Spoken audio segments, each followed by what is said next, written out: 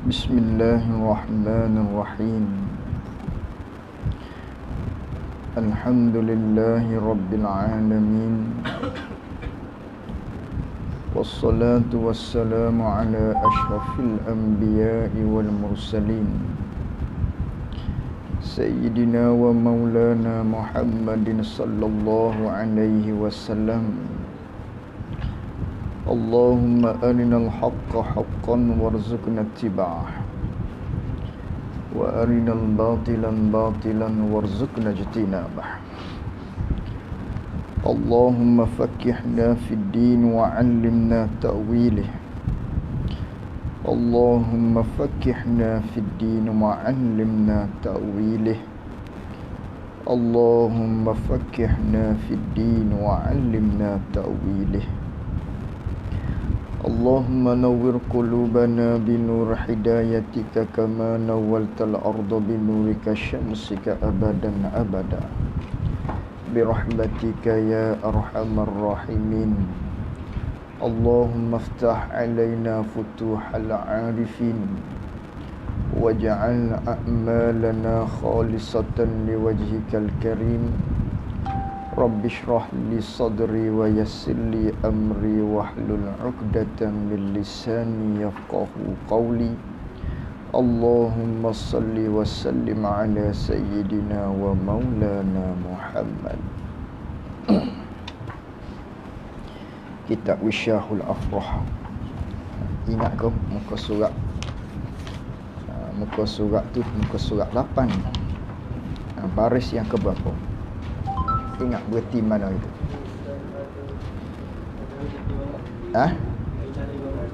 13 daripada bawah. 13 daripada bawah.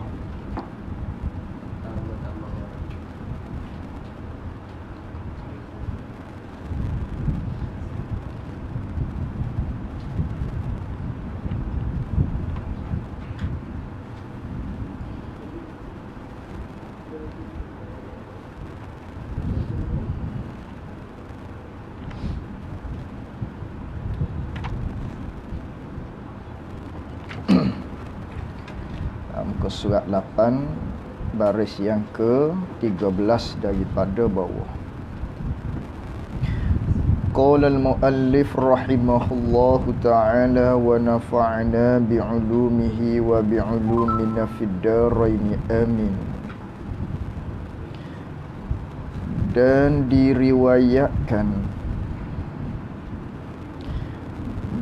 diriwayatkan bahawasanya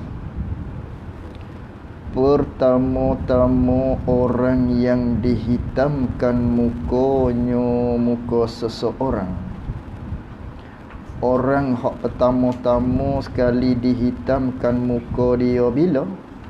Pada hari kiamat. Akan di mukanya hitam, diperhitamkan mukanya pada hari kiamat. Ni muka siapa orang mula-mula sekali? Orang hak pertama-tama sekali ialah segala muka orang yang meninggalkan sembahyang. Orang hak tinggal sembahyang, dialah orang yang pertama-tama sekali dihitamkan muka dia di hari akhirat. Sebagaimana kita maklum, di padang mahsyar satu suasana maknanya yang tidak hirau sesama kita sendiri. Maka dalam ramai-ramai tu muka orang hak tak sembahyang ni kita boleh cam dia. Mana di antaranya? Iaitulah mukanya hitam. Ni orang hak tamu-tamu sekali muka dia hitam di hari kiamat, orang yang meninggalkan sembahyang. Dan bahawasanya, yakni dan diriwayatkan, dan bahawasanya, yakni dan diriwayatkan bahawasanya di dalam neraka itu ada, dalam neraka tu satu wadi, satu lembah, satu lubuk. Yang mana wadi ni lubuk ni hak ada di dalam neraka ni, nama dia nya dinamakan dia kan wadi tu dengan nama Lam-Lam. dengan satu wadi nama Lamlam hak berada di dalam neraka. Di dalam satu wadi hak nama Lamlam ni, ada di dalam Lamlam ni satu wadi dalam neraka ni, satu lembah, satu lubuk di dalam neraka hak nama Lamlam, ada padanya beberapa ular.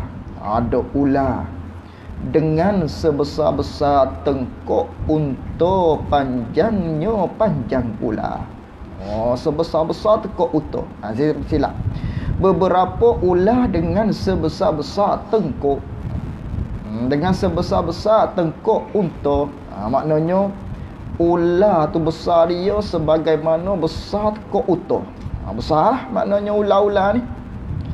Lalu tu panjang ular tu pula, nisbah besar, ular tu sebesar tekok unta. Unta kita maklumlah unta, besar tekoknya. Tu nisbah besar. Adapun nisbah panjang ular hak terdapat di dalam satu wadi di dalam neraka hak nama Lamlam ni, panjangnya pula perjalanan dia sebulan. Panjang ular ni. Nak jalan dia tu selama sebulan baru sampai ke ekor dia. Ada start daripada kepala dia. Kemudian ular ni hak besar tekoknya sebesar tekok unta, panjangnya selama perjalanan sebulan baru sampai ke ekor dia ni, dipagukkan, yakni dipatuk orang yang meninggalkan sembahyang, maka bergelegok racun patukan ular tadi. Gelegok patukan dia bisa mana kalau dipatuk oleh ular tu kena kepada orang hak tak sembahyang ni, berlegok bisa dia tu jadi bergelegok di dalam jasad mereka yang tak sembahyang. Gelegok tu selama 70 tahun. Duk gelegok selama 70 tahun di dalam neraka tadi. Bisa ular tadi, manakala dia patuk orang yang meninggalkan sembahyang di dalam neraka. Ini azab, setengah daripada azab orang yang meninggalkan sembahyang. Kemudian maka hancur daging mereka yang meninggalkan sembahyang apabila gelegok di dalam jasad dia tadi, bisa daripada ular tadi. Hancur daging dia. Lepas tu dikembalikan pula. Begitulah keadaan di dalam neraka orang yang meninggalkan sembahyang. Habis itu. Dan tersebut pada hadis yang lain, barang siapa mengekalkan sembahyang yang 5 waktu di dalam berjemaah, siapa-siapa yang mengekal sembahyang 5 waktu, dia mengekalkan di dalam berjemaah, dikurnia oleh Allah Ta'ala akan barang siapa tu, siapa-siapa hak sembahyang 5 waktu, tapi bukan setakat sembahyang 5 waktu tu di rumah saja, ataupun seorang diri, dia sembahyang 5 waktu ni dalam berjemaah, dalam keadaan berjemaah. Maka orang ni dikurnia Allah Ta'ala akan barang siapa, dikurnia 5 perkara. Ada 5 perkara Allah Ta'ala kurniakan kepada orang tersebut. Mana 5 perkara? Yang pertama, diangkatkan oleh Allah Ta'ala daripada barang siapa yang mengekalkan sembahyang 5 waktu di dalam berjemaah tu. Allah Ta'ala angkat, Allah Ta'ala hilangkan daripada dia sempit kehidupannya. Jadi dia ni mudah rezeki. Walaupun kalau kita nampak zahir dia susah, tapi nisbah kehidupan dia memada. Allah Ta'ala mencukupkan. Ni Allah Ta'ala akak jadi sepit kehidupan dia. Ni orang yang sembahyang 5 waktu di dalam berjemaah, dia mengekali. Itu yang pertama. Dan diakatkan. Ada dan tu. Kalau kita tak ada dan, tambah dan. Ada dan tu. Dan diangkatkan daripada barang siapa tu yang sembahyang 5 waktu di dalam berjemaah, orang ni diangkat daripada dia azab kubur. Allah Ta'ala angkat dia daripada azab kubur dengan bahawa tak kena azab kubur. Ni orang yang sembahyang 5 waktu di dalam berjemaah dan diberikan suratan amalnya. Amal bagi orang yang sembahyang 5 waktu di dalam berjemaah ni, tak kala dia mengekalkan sembahyang di dalam berjemaah, Allah Ta'ala berikan kepada dia di akhirat kelak buku amal dia dengan kanannya, yakni dengan tangan kanannya, kanan seseorang tadi. Dia akan ambil surat buku amalan dia di akhirat kelak dengan tangan kanan. Mafhumnya, maknanya secara tersiratnya, orang ni alamatnya, ketandaannya ahli syurga. Kerana apa ahli syurga alamatnya? Di awal lagi Allah Ta'ala telah bagi hint kepada dia. Allah Ta'ala telah bagi tanda kepada dia. Apa tandanya? Ambil suratan buku amal dia atas dunia ni, dia ambil dengan tangan kanan. Bermakna alamat syurga. Adapun orang hak ambil dengan tangan kiri suratan amal dia, orang ni alamatnya ialah ahli neraka. Dia begitu. Kanan alamat maknanya ahli syurga, tangan kiri dia ambil alamat ahli neraka. Susahlah dia di hadapan kelak manakala kalau dia ambil dengan tangan kiri. Mudah-mudahan kita semua pelajar-pelajar pondok dan semua sekalian kita ni maknanya mengambil buku amalan di akhirat kelak dengan tangan kanan. Tu berapa dah tu? Tu dia kata tadi 5 perkara Allah Ta'ala kurniakan. Akak sepit kehidupan, akak azab kubur, beri surat amal dengan tangan kanan 3. Yang keempat, dan lalu ia barang siapa yang mengekalkan sembahyang 5 waktu dalam berjemaah ni, orang ni akan melintas. Lalu dengan makna melintas atas sirat, yakni atas titian sirat, atas satu jambatan di akhirat kelak. Dia litah tu, banding dia litah ni seperti kilat yang menyambar. Kilat maklumlah cepat lah, sekali dia mari tu cepat. Jadi orang hak mengekalkan sembahyang 5 waktu dalam berjemaah ni, bukan sembahyang seorang, maknanya dia sembahyang mesti berjemaah. Orang hak mengekal kalau lain lah, dia ada uzur. Kalau tak ada uzur, dia pergi berjemaah, sembahyang berjemaah. Kalau ada isteri, dia sembahyang berjemaah dengan isteri. Orang ni di akhirat kelak, lalu di atas titian sirat, di atas jabatan titian sirat, lalu dia seperti kilat yang menyambar. Nisbah pada cepatnya lalu untuk masuk syurga. Itu pak. Manakala begitu, dan masuk syurga orang tersebut tadi dengan tiada hisab. Mudah saja dia masuk syurga. Ni kelebihan orang yang mengekalkan sembahyang 5 waktu di dalam hal keadaan berjamaah. Sekurang-kurang berjemaah tu 2 orang. 2 orang. Kalau kita di pondok ramai. Kalau duduk rumah kelak, kena cari bini. Kena cari bini, berjemaah dengan bini. Begitu. Dan barang siapa bermudah-mudah dengan sembahyang di dalam berjemaah pula. Hak ni dia buat mudah-mudah dengan sembahyang hal keadaan berjemaah. Dia buat tak hira kepada berjemaah dalam sembahyang. Hak tadi orang yang sembahyang 5 waktu dalam berjemaah. Ada pun hak ni orang hak bermudah-mudah dengan sembahyang di dalam berjemaah. Ada akibat juga di dia ni. Orang hak bermudah-mudah dengan sembahyang di dalam berjemaah. Dengan makna apa ni? Dengan makna dalam satu kampung ni, pakak-pakaknya tak sembahyang berjemaah. Itu maksud sini. Kalau ada hak menunaikan berjemaah, tak ada masalah lah. Tidak ada apa-apalah. Kerana di sisi kita mazhab Imam Syafi'i berlaku khilaf di kalangan ulama dalam bab berjemaah. Di antaranya berjemaah ni kita mengaji dulu dalam kitab pedoman sembahyang berjemaah, sunat muakkadah. Sunat muakkad. Setengahnya kata fardu kifayah. Tu fardu kifayah. Ini pendapat hak di dalam mazhab kita Imam Syafi'i. Sunat muakkadah.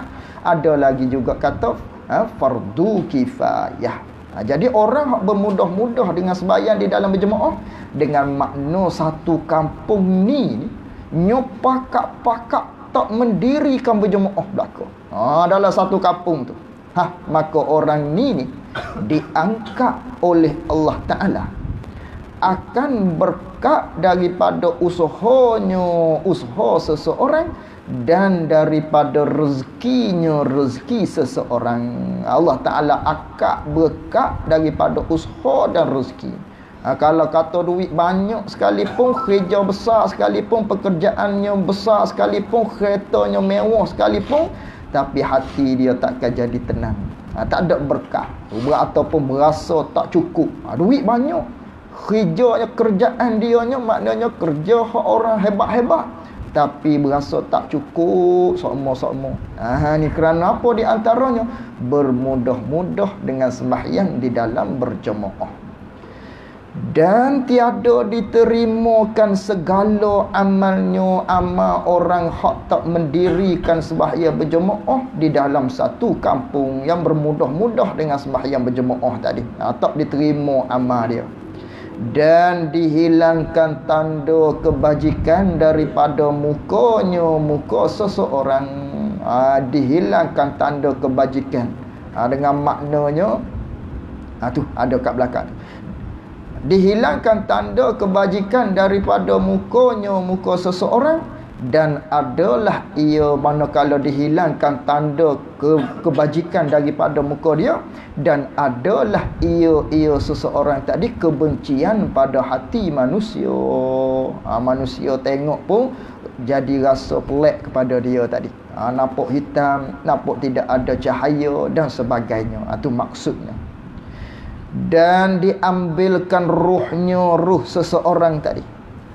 Dia diambilkan ruh manakala nak mati kelak, padahal ia seseorang tadi dalam keadaannya lapar lagi dahaga. Na'udzubillah. Ni azab, apa ni dia panggil azab bagi orang yang bermudah-mudah dengan sembahyang di dalam berjemaah. Apa maksud bermudah-mudah dengan sembahyang di dalam jemaah? Dengan makna dalam satu kampung tidak ada satu pun yang mendirikan dengan berjemaah. Maka dalam kampung ni tak ada berjemaah ni. Turun azab bagi orang kampung tadi. Di antaranya berkat rezeki dia ditarik, amal tak diterima, hilang tanda kebajikan di raut wajah dia. Orang akan jadi maknanya muka dia tu jadi tidak ada seri, dan hak takutnya diambilkan ruhnya hal keadaan lapar dan dahaga. Maklum biar kalau mati lapar dan dahaga. Dan dikeraskan atas soal kubur. Ya, dengan maknanya jadi payah soal kubur. Jadi payah dia nak jawab soal kubur ni. Nak jawab tu jadi payah. Kerana apa? Di antaranya tadi, kerana dalam satu kampung tadi pakak-pakak buat mudah-mudah dengan solat berjemaah hingga tidak melaksanakan berjemaah di dalam satu kampung tadi. Dan adalah kubur barang siapa tu pula sempit lagi kelam, gelap gelita dalam kubur dia. Ni azab di antaranya. Dan dikeraskan, bukan dikuasakan tu, dan dikeraskan. Dan dikeraskan atasnya, atas barang siapa tadi, pada hisab pada hari kiamat. Jadi payah hisab dia di hari kiamat. Kira. Jadi payah di hari akhirat. Ni ada antara azab bagi orang yang bermudah-mudah dalam berjemaah tadi. Dan dimurka Tuhan atasnya, atas mereka yang bermudah-mudah. Dan diseksa akan barang siapa tadi dengan masuk neraka. Kerana bermudah-mudah dengan solat berjemaah. Habis itu. Habislah tentang hadis-hadis yang berkait dengan maknanya orang yang meninggalkan sembahyang. Dan berkata Qatadah, Dan berkata Qatadah, lazimkan olehmu dengan sembahyang. Katanya Qatadah, Sayyidina Qatadah kata, lazimkan olehmu dengan sembahyang, yakni jangan mu tinggal sembahyang. Ni Imam Qatadah dia nasihat. Lazimkan olehmu dengan maknanya tetapkan olehmu, jangan kamu tinggal akan sembahyang tu. Jangan sesekali kita tinggal sembahyang. Ni nasihat. Kerana apa? Maka bahawasanya, yakni maka kerana bahawasanya, maka bahawasanya, yakni maka kerana bahawasanya sembahyang itu tu tabiat orang yang mukmin. Perangai orang mukmin sembahyang-sembahyang ni. Sebab tu jangan tinggal sembahyang. Kerana apa? Kerana sembahyang solat ni ialah tabiat perangai hijauan orang yang beriman kepada Allah. Fahamnya, mafhumnya, orang yang meninggalkan sembahyang dengan bahawa tak sembahyang, dia tu tidak berperangai dengan perangai orang yang beriman. Dia tidak berperangai, tidak bertabiat dengan tabiat orang yang beriman. Tak bertabiat dengan orang yang beriman, ada kalanya dengan maksud tidak berperangai dengan perangai orang yang beriman yang kamil. Hak tu di sisi mazhab kita Imam Syafi'i. Orang ni tak berperangai dengan perangai orang yang beriman hak sempurna. Apa? Tak sembahyang. Tak sembahyang, dia orang beriman, cuma maknanya dia ni tak sempurna iman dia. Ataupun atas satu tafsiran mazhab lainnya, dengan maknanya tak berperangai dengan perangai orang yang beriman, dengan bahawanya dah tak berperangai dengan perangai orang beriman, lawan bagi orang beriman orang kafir. Oh, maknanya orang tak sembahyang ni perangai dia dengan perangai orang kafir. Ada perangai dengan perangai orang kafir. Tu di sisi satu mazhab yang lain, maknanya meninggalkan sembahyang ni kufur. Ni maknanya sembahyang ni besar. Sebagaimana kita belajar dah hak dulu tu, maknanya ada pandangan hak kata kafir nah tak sembahyang ni. Nak ceritanya besar. Tidak ada satu ibadat hak lain daripada sembahyang yang dihukumkan maknanya dengan kufur. Sembahyang saja, tak sembahyang kufur. Ada pun tak puasa tak kufur. Melainkan dia tadi mengingkari. Ada pun bab sembahyang, setengah mazhab tu kata kalau tak sembahyang tu kufur dah. Kufur. Tapi mazhab kita dak lah. Mazhab kita selagi mana dia tu maknanya mengakui kewajipan sembahyang, dengan maknanya kalau orang tanya sembahyang tu wajib ke? Oh wajib. Kerana apa tak buat? Malah di sisi mazhab Imam Syafi'i tak kufur lagi, cuma berdosa lah, dosa besar meninggalkan sembahyang. Itu di sisi kita mazhab Imam Syafi'i. Dan sabda Nabi sallallahu alaihi wasallam lagi, kata Rasulullahnya, umat ini ni, yakni umat aku ni lah, umat Nabi sallallahu alaihi wasallam ni, umat aku, umat akhir zaman ni. Umat aku ni, kata Nabi sallallahu alaihi wasallam, umat aku ni ialah umat yang dirahmati akan dia, akan ini umat, yakni oleh Allah Taala.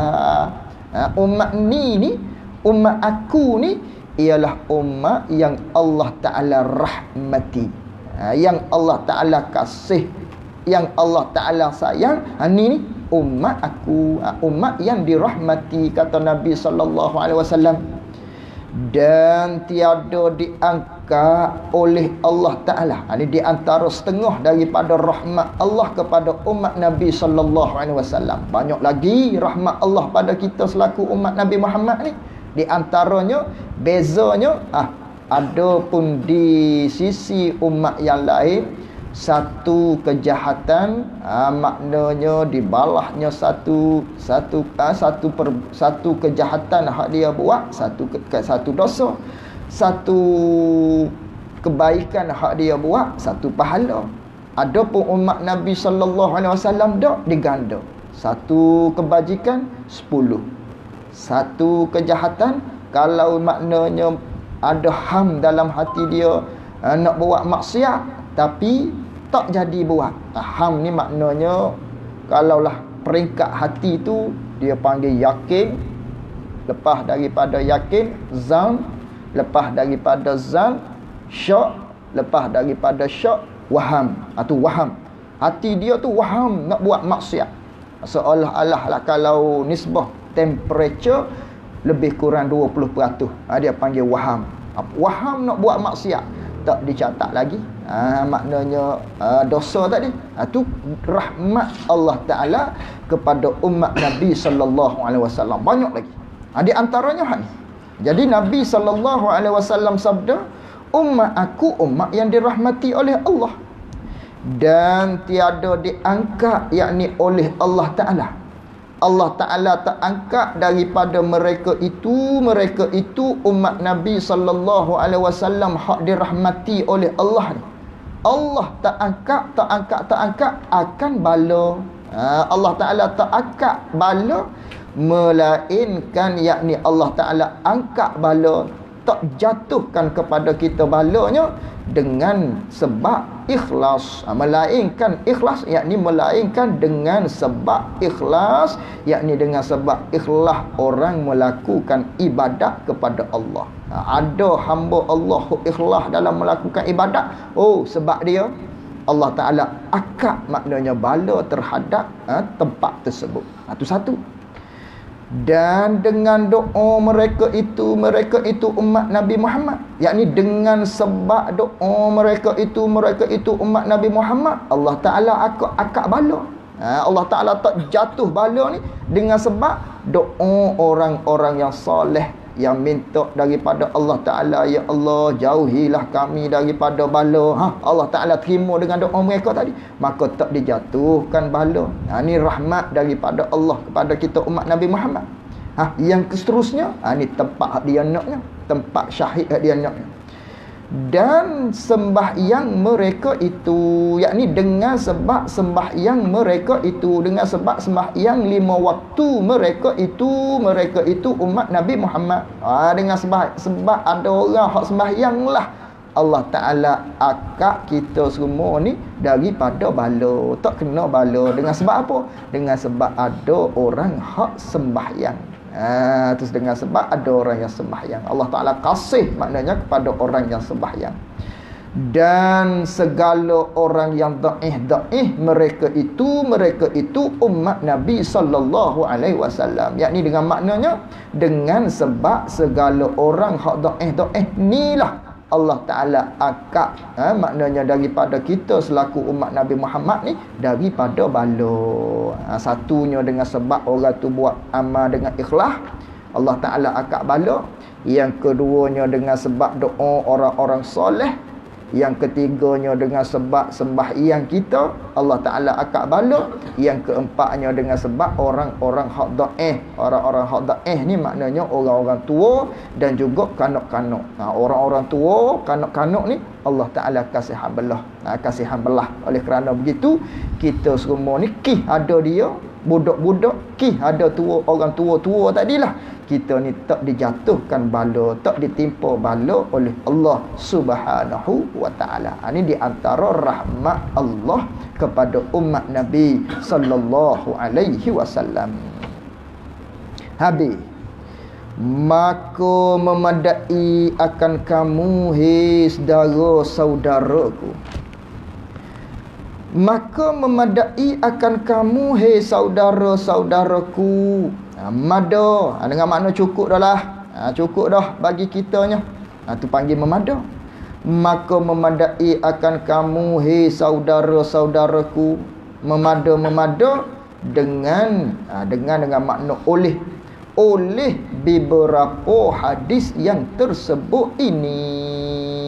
Dengan beberapa hadis hak banyak dia datangkan berkait dengan hadis berkait dengan sembahyang. Ada dah, maknanya cukup dah bagi kita semua. Manakala kita belajar pada sebelum ni bab-bab berkaitan dengan hadis-hadis yang menceritakan tentang sembahyang, yang menceritakan tentang azab bagi orang hak tak sembahyang, yang menceritakan tentang balasan-balasan yang menakuti bagi orang-orang hak tak sembahyang tadi. Cukup dah bagi kita untuk kita membangkitkan diri kita dalam bab sembahyang ni. Memada dah kata pengarang kita. Dan jika, bukan jika tu. Bulak, jangan pangkah kita. Bulak letak maka ke atas. Dan maka tiada daripada orang yang meninggalkan sembahyang itu. Maka tiadalah daripada orang hak meninggalkan sembahyang ni. Maknanya orang hak meninggal sembahyang juga ni kok. Melainkan orang ni orang hak tinggal sembahyang ni dia ni berpaling orang yang meninggalkan sembahyang ni daripada Tuhannya, Tuhan bagi seseorang. Itulah maknanya sifatnya. Orang hak tak sembahyang, orang ni dia berpaling daripada Allah. Dia berpaling daripada Allah. Waktu hira kepada Allah Subhanahu wa taala. Kalau dia hira, dia sembahyang. Ni tak sembahyang ni bermakna dia berpaling daripada Allah Subhanahu wa taala. Siapa Allah Taala tu? Yang menjadi akan seseorang. Hak dia berpaling daripada Allah ni ialah yang menjadikan dia. Dan disamakan kejadian seseorang serta sejahtera anggota seseorang. Allah Ta'ala yang menjadikan dia. Allah Ta'ala yang maknanya beri dia tangan, itu sejahtera segala anggota. Allah Ta'ala lah yang memberi dia kaki, beri dia mata, tubuh, badan, akal satu seorang. Itu sama kejadian dia. Allah Ta'ala hak beri pada dia. Dan dijadikan dia kan seseorang yakni oleh Allah Ta'ala tu hal keadaan muqtadil kejadiannya. Apa maksud hal keadaan muqtadil kejadian? Yakni berdiri. Berdiri tu maknanya comel molek tubuh badan. Itu maksud. Berdiri tanda di situ comel molek tubuh badan dia. Tiada dijadikan dia akan orang tersebut tu seperti binatang. Comel Allah Ta'ala buat kita ni muqtadi petengah comel. Bukan seperti binatang dak. Comel molek kita ni Allah Ta'ala buat. Dan dipelihara akan orang tadi tu, dan diberi makan dan minum. Allah lah yang pelihara dia, Allah lah yang beri makan pada dia, Allah lah yang beri minum pada dia. Dan dimasukkan dia akan seseorang tadi, Allah lah yang memasukkan dia di dalam agama Islam. Allah Ta'ala lahirkan dia tu dalam agama Islam tanpa dia minta dulunya waktu sebelum dia beranak, ya Allah jadikan aku ni orang Islam. Dak Allah yang pilih dia ni sebagai orang Islam. Dah begitu, tiba-tiba nya berpaling daripada Allah. Dengan makna nya tak sembahyang. Ni dia orang ni orang yang tak khabar. Ni nasihat daripada pengarang. Orang ni galik. Orang ni tak ingat daripada mana dia ni. Daripada Allah. Allah yang menjadikan dia dengan berinya kelengkapan nikmat mata, kaki dan sebagainya. Tak syukur. Allah yang jadikan dia comel molek jadi manusia. Allah yang jadikan dia sebagai orang Islam. Allah yang pelihara dia, beri makan, minum dan sebagainya. Tapi nya kufur lagi.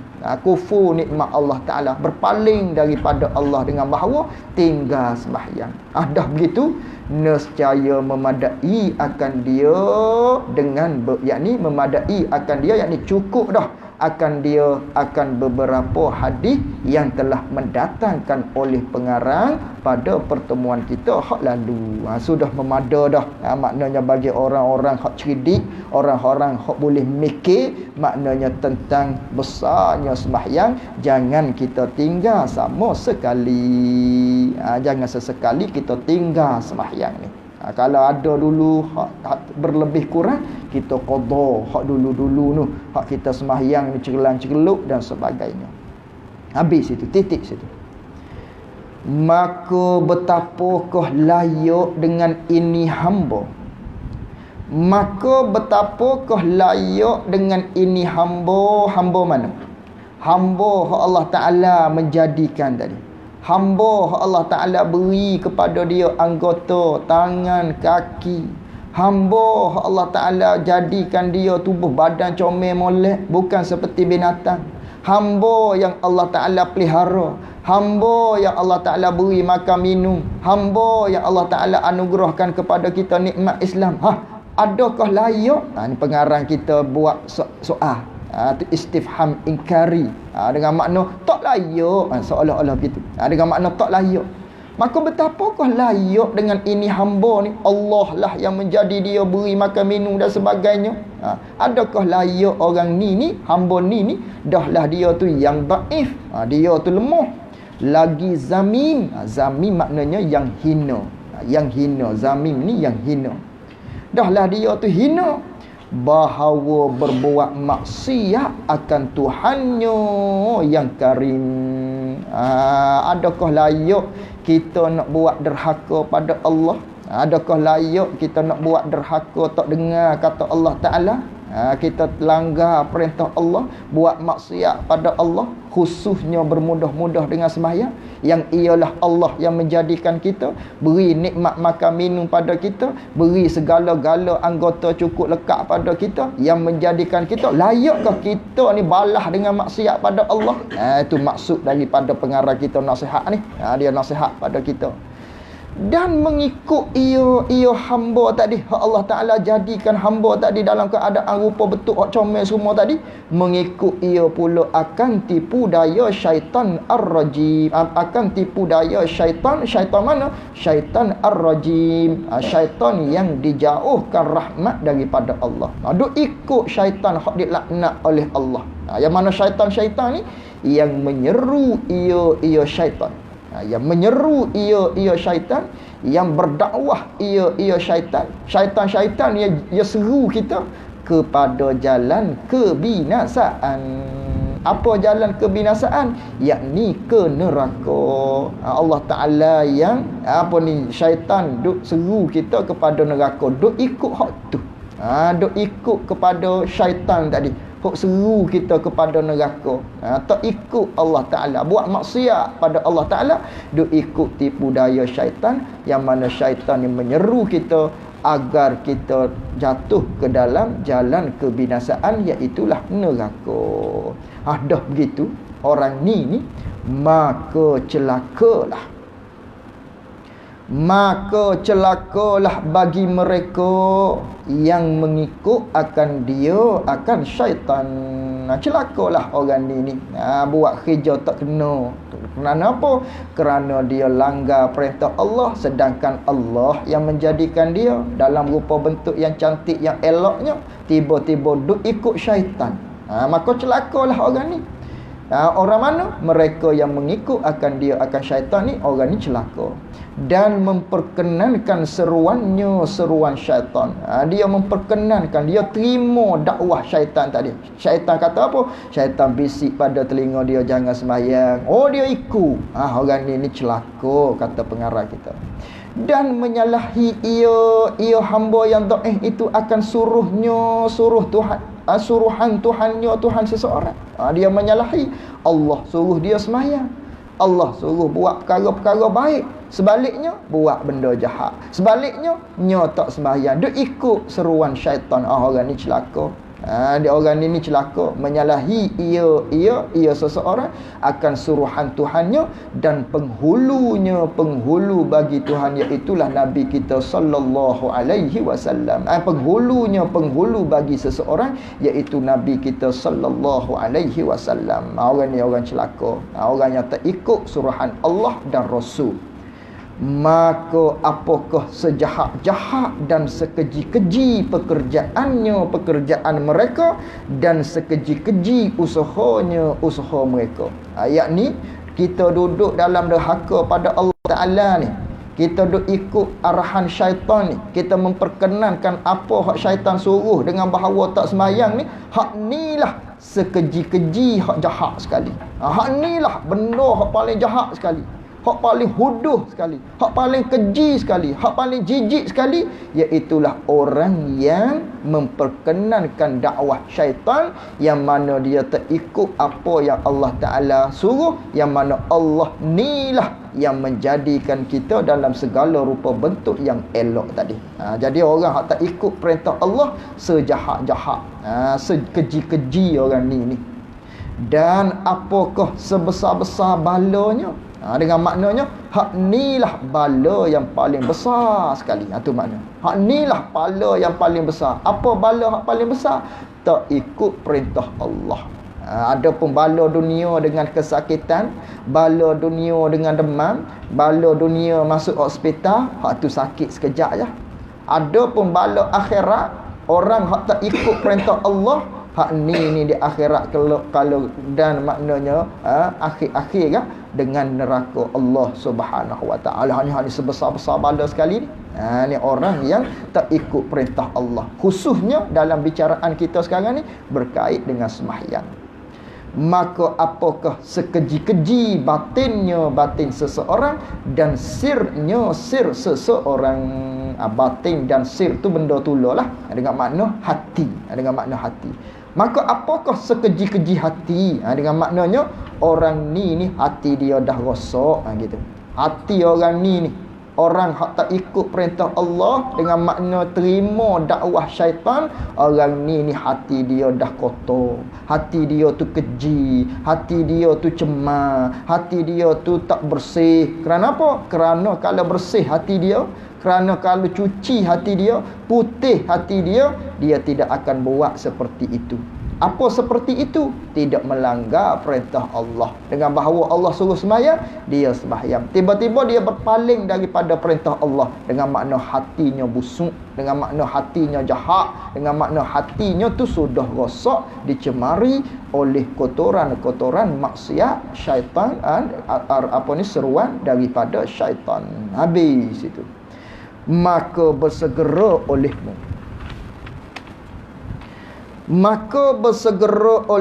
hei segala saudaraku.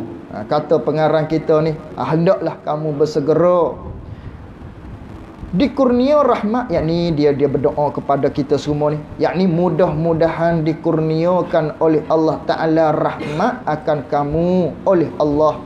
Dia berdoa pada kita, mudah-mudahan Allah Ta'ala kurniakan rahmat kepada kita.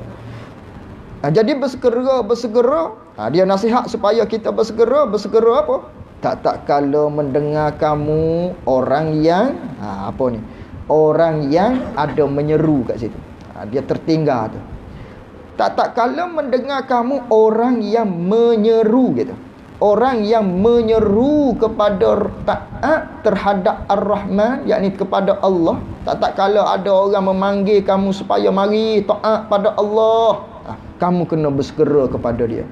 Dan takut olehmu, yakni hendaklah kamu takut akan bahawa bermain-main akan kamu oleh syaitan.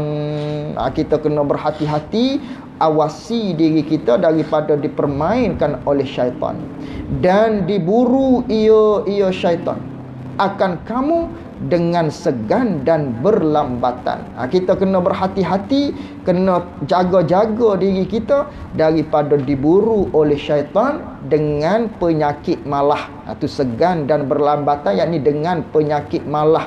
Ataupun dengan makna kita ni dihasut oleh syaitan. Syaitan mari bisik ke dalam hati kita, mu ni muda lagi, sabarlah dulu. Biar-biarlah dulu buat ibadat tu. Nanti tua-tua, umur 40 ke, umur 50 ke, buatlah amat ibadat. Ni sekarang ni relax dulu, enjoy lah dulu, muda lagi, tak payah ngaji lagi. Tu makna tak payah sembahyang lagi. Esok nanti besar, nanti tua, sembahyanglah, akan boleh qada. Tu takut olehmu. Jangan kamu termakan dengan buruan syaitan tadi, yang melengahkan kita supaya melakukan ibadat kepada Allah Subhanahu wa taala. Itu nasihat daripada pengarang. Jaga-jaga, hati-hati kamu. Kalau orang suruh buat taat, selalu terima, selalu bersegera terhadap taat pada Allah tadi.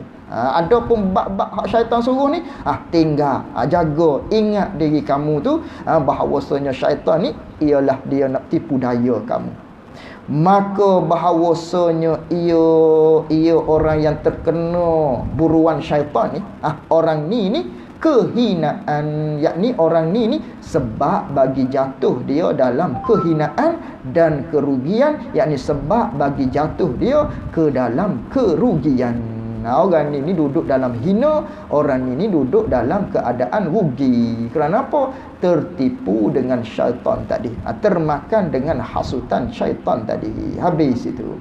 Dan ketahui olehmu, hai saudara-saudaraku, diberi taufik akan kamu oleh Allah dan hidayah akan kamu, bahawa selazim atas kamu menyuruhkan segala isteri-isteri kamu. Wallahu a'lam wa ilmuhu wa atam.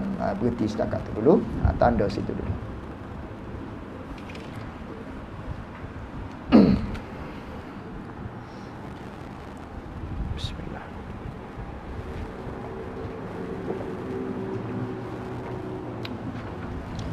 Kitab Muhimmah tak ada ke? Tak ada. Wisyah berapa orang tak ada? Acah akak tangan. Nak tengok Wisyah tadi. Hak kita baca tadi berapa orang tak ada? Mau gok tak ada oi. So 2 3 4 5 6 7 8 9 10 bawah. Lepas tu ada orang nak beli ke? Ada siapa-siapa nak beli ke nanti? Nak mengaji Quran, tak ada kitab. Baru ni bila masuk? Tahun ni. Awal tahun itu masuk. Baru masuk lah. Kitab Muhimmah ni ada? Tak ada juga? Tak apa. Nanti wasak-wasak lah. Nanti kita beli. Abang tak ada juga abang? Ni pelajar lama. Oh parut. Apa nanti kita beli.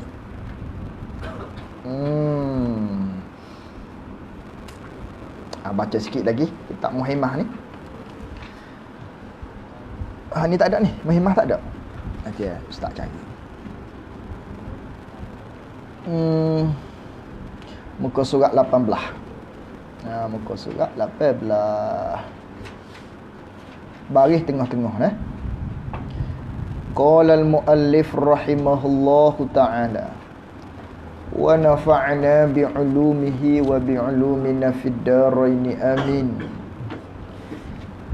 Ini suatu tambih pula. Ini suatu penjagaan. Maka hendaklah ada bagi laki-laki yang ada baginya, bagi laki-laki itu isterinya. Bagi laki-laki hak mempunyai isteri ni, orang ni dia nak jaga pada kita, hendaklah apa? Hendaklah di dalam cemburuan yang pertengahan. Kena berada kita ni, kena ada dalam sifat hati kita sebagai seorang laki-laki yang ada isteri ni, kena ada sifat cemburu. Cemburu mana? Cemburu hak pertengahan.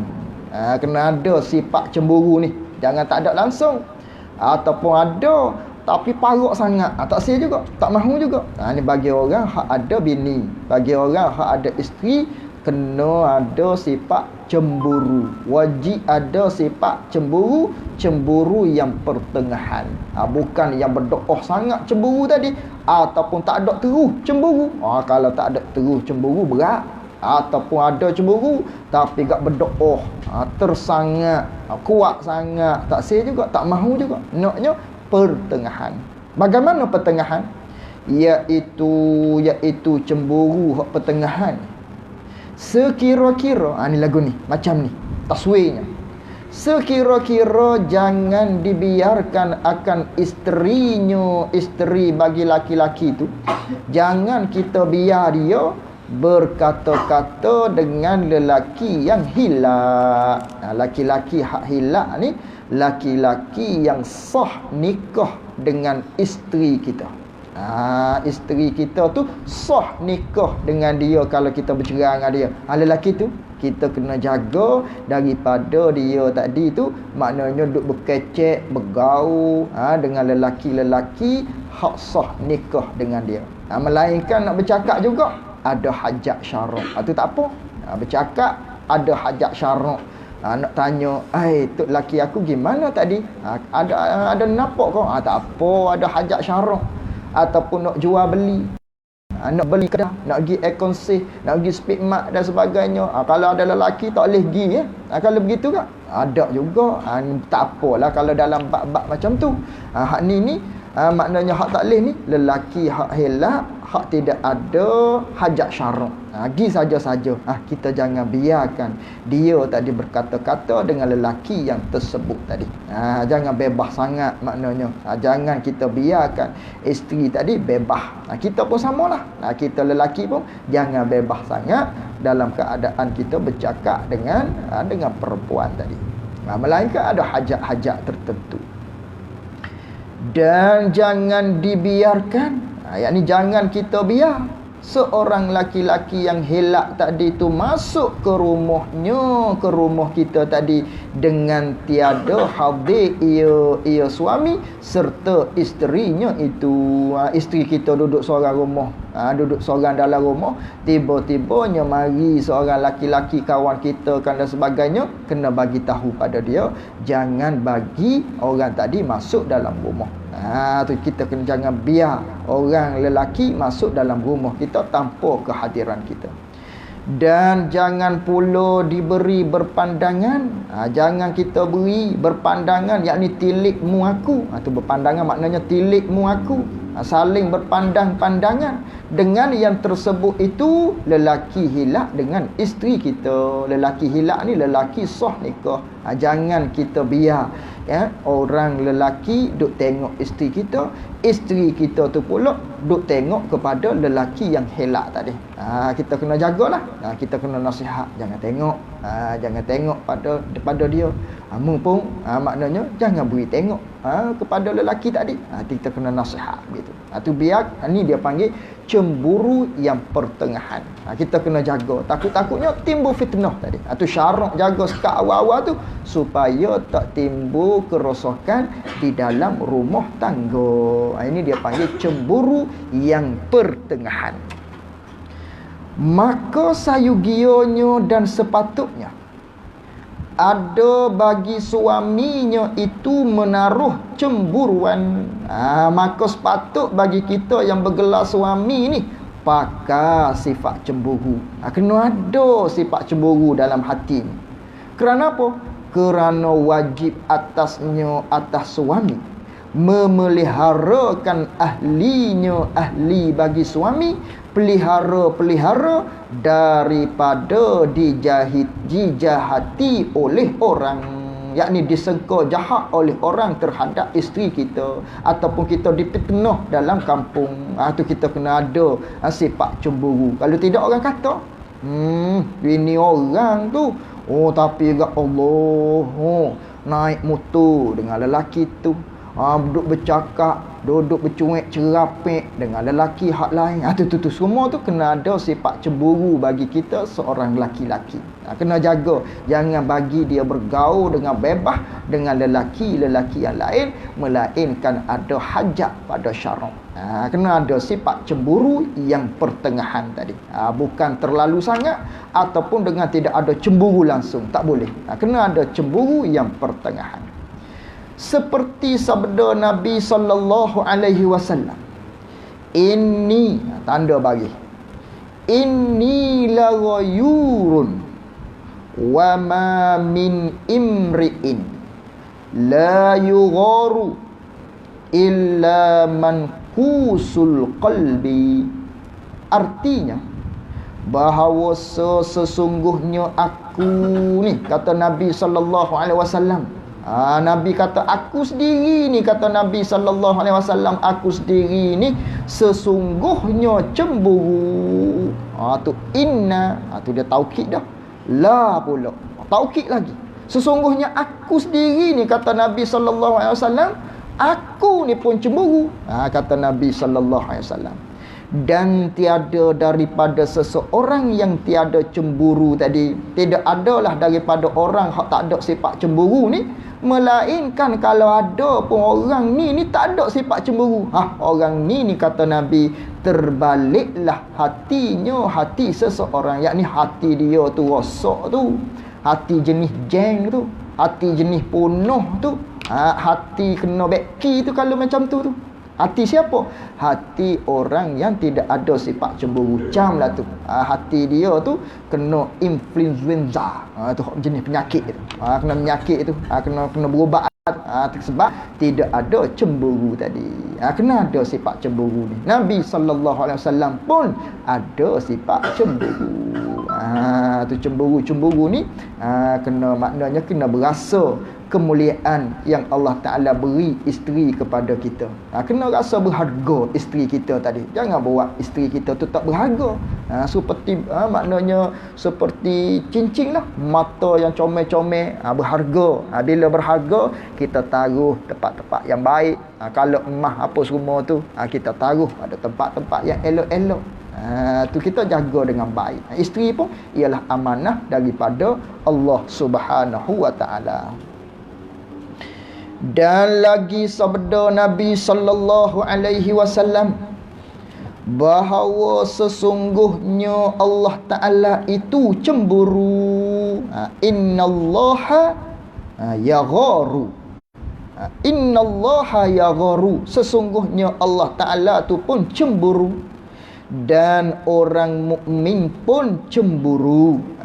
Wa innal mu'mina yagharu. Dan sesungguhnya orang mukmin pun kena ada sifat cemburu. Allah ada cemburu, kita orang beriman pun kena ada sifat cemburu. Cuma cemburu sini ni hak di Allah ni bukan cemburu hak bahasa qalbi, bukan cemburu hak bahasa pesing sifat hati.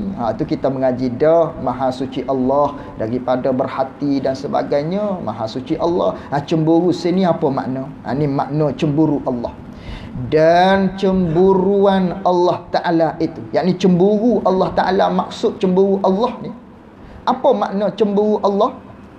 Wa ghairatullah an ya'tiyal mu'minu ma harrama alaih. Tu matan hadisnya.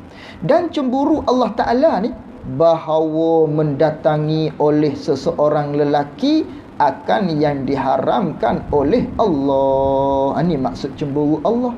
Allah Ta'ala tak izin seorang laki-laki itu buat perkara-perkara hak diharam oleh Allah. Ini maksud cemburu Allah. Seumpama Allah Ta'ala larang berzina. Zina perkara haram. Berzina tu Allah Ta'ala haramkan. Dekat dengan zina, hampiri dengan zina pun Allah Ta'ala sekat awal-awal lagi. Awal-awal lagi Allah Ta'ala sekat tengok, memandang, berkawan, bergaul dengan bebas. Tu sekat daripada awal lagi. Ini dia panggil cemburu Allah Subhanahu wa Ta'ala. Larang kita daripada buat perkara-perkara yang haram. Tu masuk cemburu Allah. Lalu tu kita pun kena ada sifat cemburu tadi. Cemburu kita dengan maknanya jangan biarkan isteri kita buat perkara-perkara yang tak baik kepada kita. Itu panggil cemburu yang pertengahan. Ketahui olehmu, cemburuan itu disuruh. Cemburu ni disuruh pada syarak. Disuruh pada syarak. Bila syarak suruh kita cemburu? Apabila ada alamat, apabila ada tandaan yang jadi syak akan dia, akan alamat, akan tandaan terhadap isteri. Tu dengan maknanya cemburu ni disyaratkan. Cemburu ni disuruh. Bila disuruh? Kalau ada alamat syak kita kepada isteri. Ada tandaan-tandaan kita ni maknanya ada alasan-alasan tertentu untuk kita cemburu pada dia. Untuk kita nak soal apa-apa perkara tu kena ada tanda-tanda dulu. Kalau tak ada tanda-tanda tak boleh. Tu dia panggil cemburu buta. Ni kena ada tanda dulu. Baru tak apa. Ni disuruh pada syarak untuk kita cemburu. Kerana apa? Kerana hendaklah memelihara akan kejahatan yang datang atas isterinya. Kita kena jaga bini kita daripada kebinasaan yang menyebabkan akan jatuh huru-hara rumah tangga kita tadi. Walaupun begitu, walaupun cemburu disuruh dalam syarak kita, tetapi jangan sangat berlebih-lebih pada cemburuan tu. Jangan berlebih-lebih sangat dalam cemburuan, sehingga-hingga yang tiada patut pada adab. Cemburu tu siapa ke? Tak patut, tak layak lah sekira-kira pakai dengan cemburu tersebut. Macam mana? Sekira-kira jadi jahat sengka akan isterinya, dengan tiada suatu sebab yang membawa kepada syak akan dia akan isteri tadi. Sehingga akan isteri itu jadi susah, sehingga isteri itu jadi stres dengan kita. Sebab apa? Sebab kita tu cemburu yang terlalu sangat, hak tidak ada patut pada adab. Sehingga kita cemburu tu jahat sangat kepada isteri kita. Sebenarnya isteri kita baik, sebenarnya isteri kita tu tak ada apa-apa pun, tapi nya cemburu sangat-sangat sehingga isteri tadi tu jadi stres, jadi susah hati kerana cemburu kita tu yang terlalu sangat. Itu pun tak boleh juga. Kalau isteri kita tengok pakar molek dah, nak keluar rumah minta izin dah, kita pun tanya soal banyak lagi. Dengan maknanya dah dia pakai comel, nak pergi mana, misalnya. Tu maknanya cemburu kita tadi tu terlalu kuat. Terlalu kuat, tu pun tak boleh juga.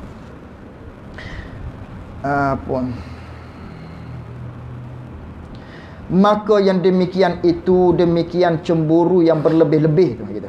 Maka yang demikian itu, demikian cemburu yang berlebih-lebih ni ditegah dan dibenci pula oleh syarak. Kalau berlebih-lebih cemburu ni dibenci pada syarak. Seperti sabda Nabi sallallahu alaihi wasallam, baca kita, innallah minal ghairati yubghiduhallahu ta'ala wa hiya ghairatur rajuli ala ahlihi min ghairi sababin. Ni dalam kitab kita. Ada dalam hadis yang lain begini lafaznya, inna minal ghairati, tak ada Allah tu, inna minal ghairati ghairatan yubghiduhallahu ta'ala wa hiya ghairatur rajuli ala ahlihi min ghairi raibatin. Tu ada satu riwayatnya begitu. Artinya bahawa sesungguhnya setengah daripada cemburuan itu, bukan semua, setengah daripada cemburu ni dibenci dan dimurkai akan dia, akan cemburu tu oleh Allah Ta'ala. Setengah daripada cemburu ni dibenci oleh Allah, dimurka oleh Allah. Mana cemburu hak dibenci oleh Allah? Iaitu cemburuan seseorang lelaki atas ahlinya, ahli bagi lelaki itu, dengan tiada sebab yang membawa kepada syak, yakni kepada syak bahawa isteri kita tu buat benda-benda yang jahat. Dengan tidak ada dalil-dalil, tiba-tiba kita nak cemburu yang terlalu kuat sangat. Hak ni dibenci pada syarak. Bersalahan jika ada sesuatu sebab yang membawa kepada syak. Kalau ada tanda-tanda nampak pelik, ni tak apa. Misalnya isteri kita bekerja, balik biasanya pukul 6, tapi hari tu nya balik pukul 10 malam. Tu ada tanda-tanda. Bolehlah kita maknanya soal selidik. Kerana apa ni pergi duana, kerana apa balik lewat sangat ni, kalau ada jumpa dengan orang lain, tu bolehlah begitu. Tu dia panggil cemburu yang pertengahan. Tapi kalau tidak ada tanda-tanda, tiba-tiba kita nak cemburu, hak ni cemburu yang dibenci pada syarak, yang dimurka oleh Allah Subhanahu wa taala. Maka sayugianya hei suami-suami, dan sepatutnya hei suami-suami, dicemburukan baginya, bagi isteri, yakni sekiranya ada sebab. Kalau ada sebab, sepatutlah moleklah, iaitu kita saat ni cemburu, ambil perhati terhadap isteri kita tadi. Dan demikian lagi, jangan sangat memerksai dan mengintai-ngintai akan kejahatan isterinya itu. Jangan terlajak kita duk periksa sangat, duk ita tengok sangat. Umpamanya isteri kita minta izin nak pergi beli, kita pun kita takut-takutnya dia tu pergi beli tadi bawa orang lain contohnya. Isteri kita nak pergi mana-mana contohnya, kita izin dah. Tapi kita pun cari upah orang pula, nak suruh orang tu periksa, ambil gambar isteri kita, takut dia pergi jumpa dengan orang lain. Ni tak payah. Jangan kita sangat memerksai, terlajak pada memeriksa dan mengintai-ngintai akan kejahatan isteri kita tu, dan akan kecemburuan, yakni dengan sebab kecemburuanmu itu, gitu. Dan akan kecemburuan bulak dan akan tu bulak tanda ke atas dengan sebab kecemburuan kamu itu. Tanda begitu. Takdirnya begini. Dan demikian lagi, jangan sangat memeriksa dan mengintai-ngintai akan kejahatan isteri kamu itu dengan sebab kecemburuanmu itu. Dengan sebab cemburu kita hak terlalu sangat, sampai-sampaikan isteri kita nak pergi mana-mana pun kita pakai mata-mata supaya duk cek tengok isteri kita tu. Dengan sebab cemburu hak kuat tadi. Jangan begitu. Kerana yang demikian itu, cemburu hak terlalu kuat ni ditegahkan oleh Rasulullah sallallahu alaihi wasallam. Hak ini ditegah oleh Rasulullah. Dan telah berkata Imam Al-Ghazali rahimahullahu taala, bermula jalan yang mengira-ngirakan. Apa makna jalan yang mengira-ngirakan? Yakni yang melepaskan daripada cemburuan itu. Yakni jalan untuk kita lepas daripada cemburu.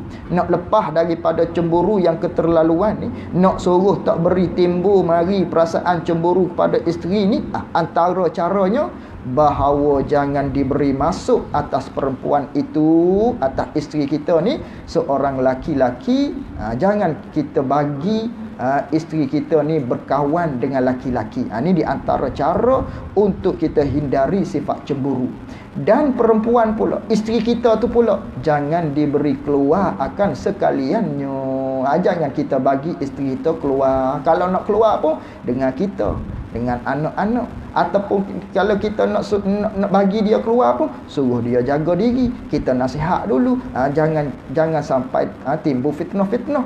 Tu barulah maknanya terhindar daripada sifat cemburu hak terlalu kuat sana. Tu kata Imam Ghazali. Dan adalah beberapa sahabat Rasulullah sallallahu alaihi wasallam menyumbat akan segala lubang jendela. Ini dia nak cerita. Adalah beberapa sahabat Rasulullah sallallahu alaihi wasallam menyumbat akan segala lubang jendela. Menyumbat ni maknanya tutup. Dia tutup segala lubang jendela. Apa maksud jendela? Yakni tutup dinding dan tutup segala lubang-lubang pagar rumah. Tutup habis. Jadi tak nampak dalam rumah dia. Kerana apa tu jadi begitu tu? Sahabat buat begitu tu supaya jangan melihat oleh segala perempuan, yakni isteri dia tadi, tak lihat kepada segala lelaki. Yang dipanggil cemburu ni. Di antara sahabat dia buat begitu. Rumah dia tadi nyosombak ketah-ketah ataupun lansir-lansir lah. Dia tutup segala-gala jendela dia, tak bagi nampak. Begitu juga dinding-dinding hak berlubang-lubang ataupun pagar-pagar, dia tutup, tak bagi isteri dia tengok pada laki-laki lain kat luar. Dan telah melihat oleh Muaz bin Jabal, ni sahabat Nabi, dan telah melihat, ada satu ketika tu telah melihat oleh Muaz ibni Jabal akan isterinya. Dia lihat bini dia ni menilik daripada jendela rumahnya. Duk ita kut jendela, duk ita kut pintu, duk tengok kut pintunya, duk buka lasir misalnya. Isteri dia ni, isteri Muaz bin Jabal ni, Saidina Muaz ni. Lalu tu manakala didapati oleh Saidina Muaz, maka memalu ia Saidina Muaz akan isterinya itu. Saidina Muaz pun tegur, palu dia, pukul dia. Ni pukul mendidik ni, bukan pukul taekwondo, silat, terajan dan sebagainya. Tidak ni. Pukul sini pukul mendidik, pukul pada tempat-tempat yang isi banyak ataupun cubit-cubit manja. Itu maksud situ. Bukan pukul nafsu, siapa cedera, siapa berdarah, siapa belo, siapa biru tubuh badan. Tidak. Ni cubit-cubit manja dia panggil. Menilik manakala suami dia, isteri dia duk tilik kat jendela, dia pergi kutip. Ni Muaz ni. Saidina Muaz ni. Ni tanda cemburu lah ni. Tengok apa tu, contohnya. Dan melihat ia Muaz pula akan isterinya pada satu ketika memberi kepada hamba Muaz ni. Dia ada seorang hamba, isteri dia beri kepada hamba Saidina Muaz ni, beri kepada hamba dia. Hamba tu lelaki, hamba Muaz ni lelaki. Beri apa? Akan buah tufah. Dia beri satu buah.